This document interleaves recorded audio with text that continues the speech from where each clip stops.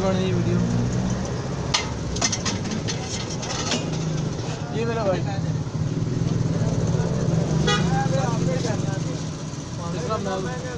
सही बनाए जी। कितने पैसे देने हैं? कम जी। कितने पैसे यार?